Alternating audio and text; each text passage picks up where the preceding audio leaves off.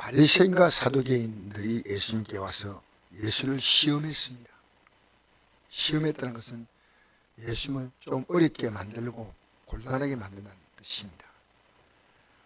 이 바리새인과 사두개인은 그 당시에 유대교를 믿는 사람들의 한 종파입니다. 요즘 말하면 장로교, 감리교, 성결교 이렇게 기독교 교파가 있듯이 이 바리새인과 사두개인들이 크게 예수님 당시에 구약을 믿는 신앙을 갖고 있는 사람들이 두 부류가 바로 바리새인과 사두개인입니다.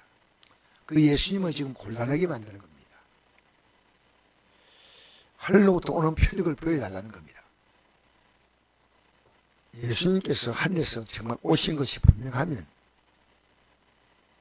하늘로부터 오는 대단한 표적을 대단한 걸 보여달라는 겁니다. 예수님께서 대답하여 말씀하십니다. 너희가 저녁에 하늘이 붉으면 날이 좋겠다 하고 아침에 하늘이 붉고 흐리면 오늘 날이 굳겠다 하느니 너희가 날씨는 분별할 줄 알면서 시대의 표적은 분별할 수 없느냐.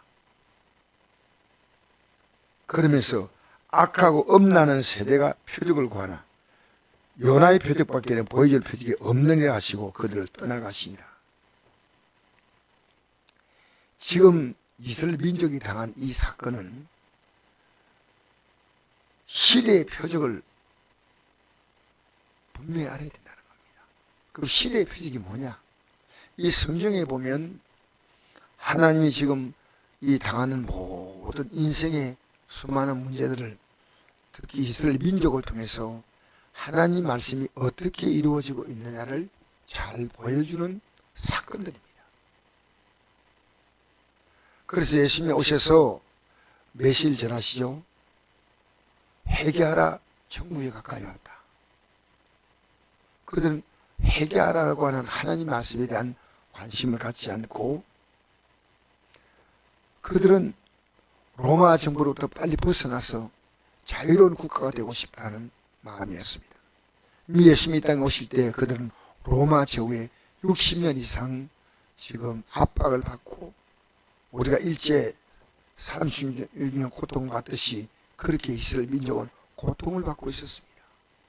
빨리 로마 나라에서 벗어나야 한다. 그러니까 예수님이 오셨다면 정말 대단한 표적을 보여서 진짜 당신이 하나님께서 오신 분임을 알게 해달라고. 그런데 주님은 그동안 많이 보여주었습니다.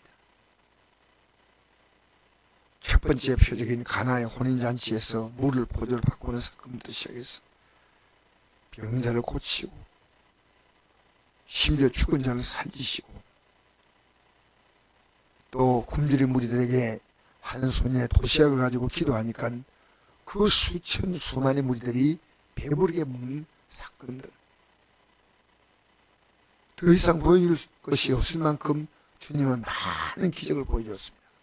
그런데 그들의 양이 차지 않습니다. 더 놀라운 기적을 보여달라는 겁니다. 그러니까 이 땅에 하나님의 아들이 오셔서 행하는 수많은 기적들은 바로 그것이 하나님의 아들이 이 땅에 오셨다는 증거임을 구약이 말하고 있는데 그들은 더 표적을 원하는 겁니다. 바로 날씨는 당신이 알아보지 않냐?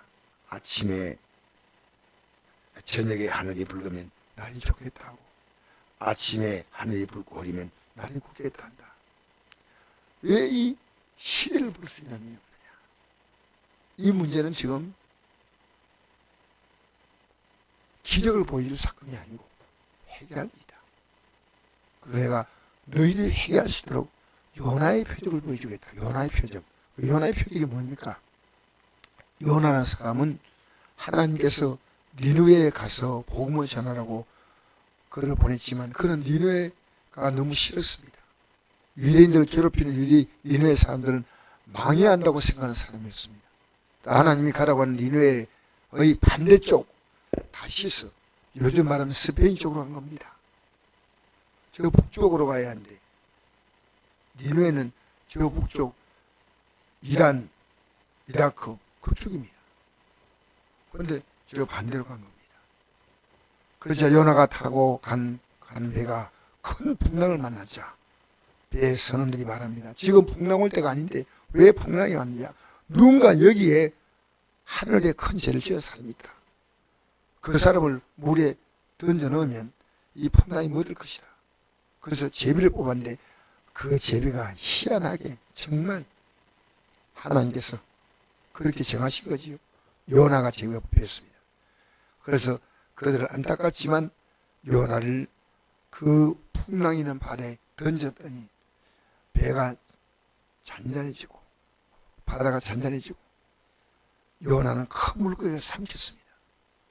요나는 이 물고기 위에서 들어가서 3일 동안 하나님께 회개하고 이제 하나님 말씀에 순종하겠다고 결단하니까 물고기가 해변가에다가 요나를 토해냈습니다. 그래서 요나가 가서 니느웨에 가서 복음을 전하자 니느웨가 이 복음을 받아들이고 회개하고 돌아서는 것이 바로 요나서고, 그 요나의 표적은 뭐냐면요, 요나는 자기의 죄 때문에 지금 물고기 뱃속에 들어가서 회개하고 나와가지고 복음을 전하지만 우리 예수님은 우리 죄 때문에 십자가에 달려서 3일 동안 무덤 속에 있다가 마침내 부활하신다. 그 요나의 표적입니다. 우리가 이 땅에 살면서 예수 믿는 우리들은요, 예수를 믿어야 되냐? 예수님의 요나의 표적이 없으면요, 우리는 절대로 구원할 수 없습니다. 평생을 선교했다 하더라도, 남을 구제하고 내 모든 것을 다 내어줬다 하더라도 이 요나의 표적, 하나님의 아들이 인간의 죄를 위해 십자가에 죽으신 이 사건을 받아들이고 자기 죄를 회개하지 않는 자는 누구도 구원받을 수 없습니다. 천국 갈 수 없습니다. 그래서 요한복음 3장 16절에 이렇게 말씀하지 않습니까?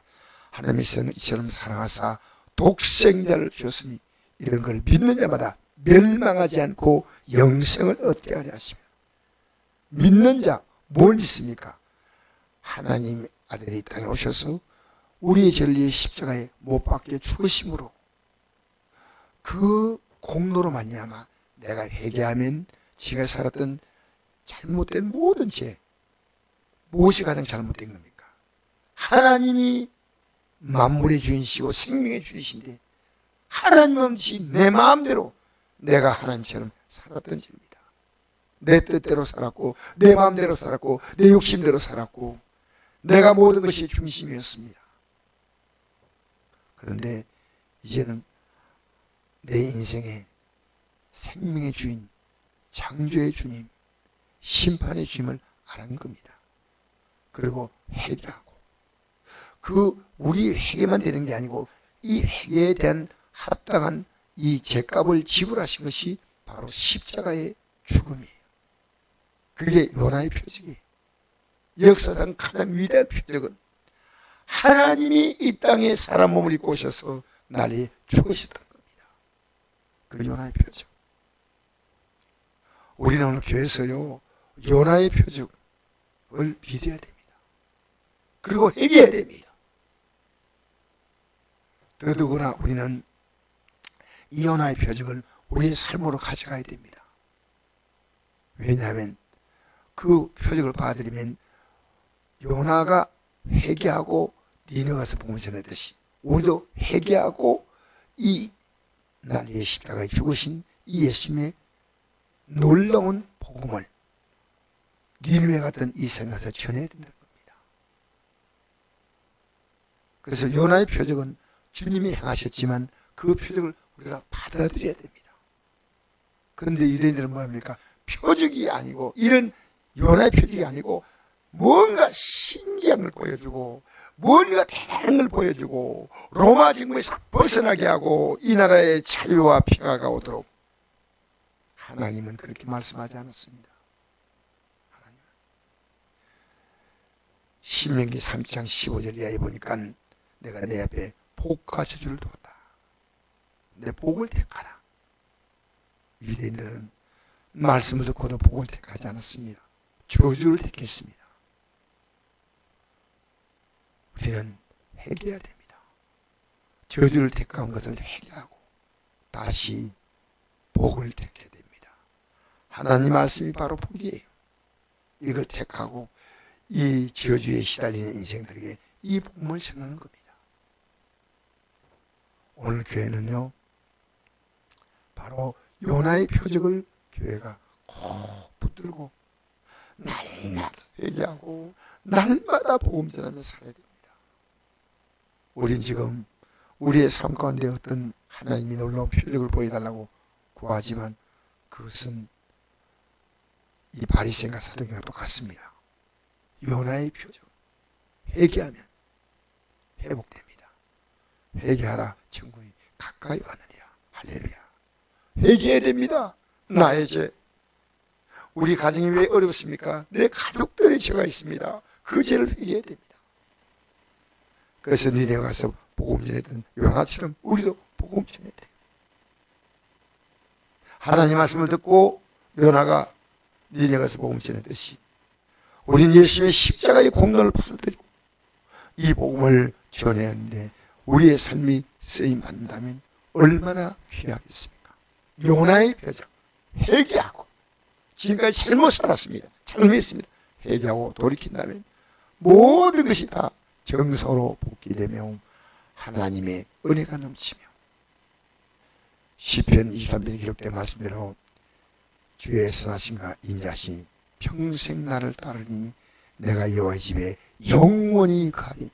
영원히 가는 이 복으로 선하심과 인자심의 삶 가운데 살다가 영원히 아버지 집에 들어가서 살아갈 수 있는 이 아름다운 삶이 바로 우리의 삶이 될 줄 믿습니다. 오늘도 요나의 표적을 붙들고 회개하고 기도함으로 출발하는 이 하루, 그리고 내가 이 소식을 모르는 자에게 복음을 전하는 이 하루로 시작하시기를 축복합니다.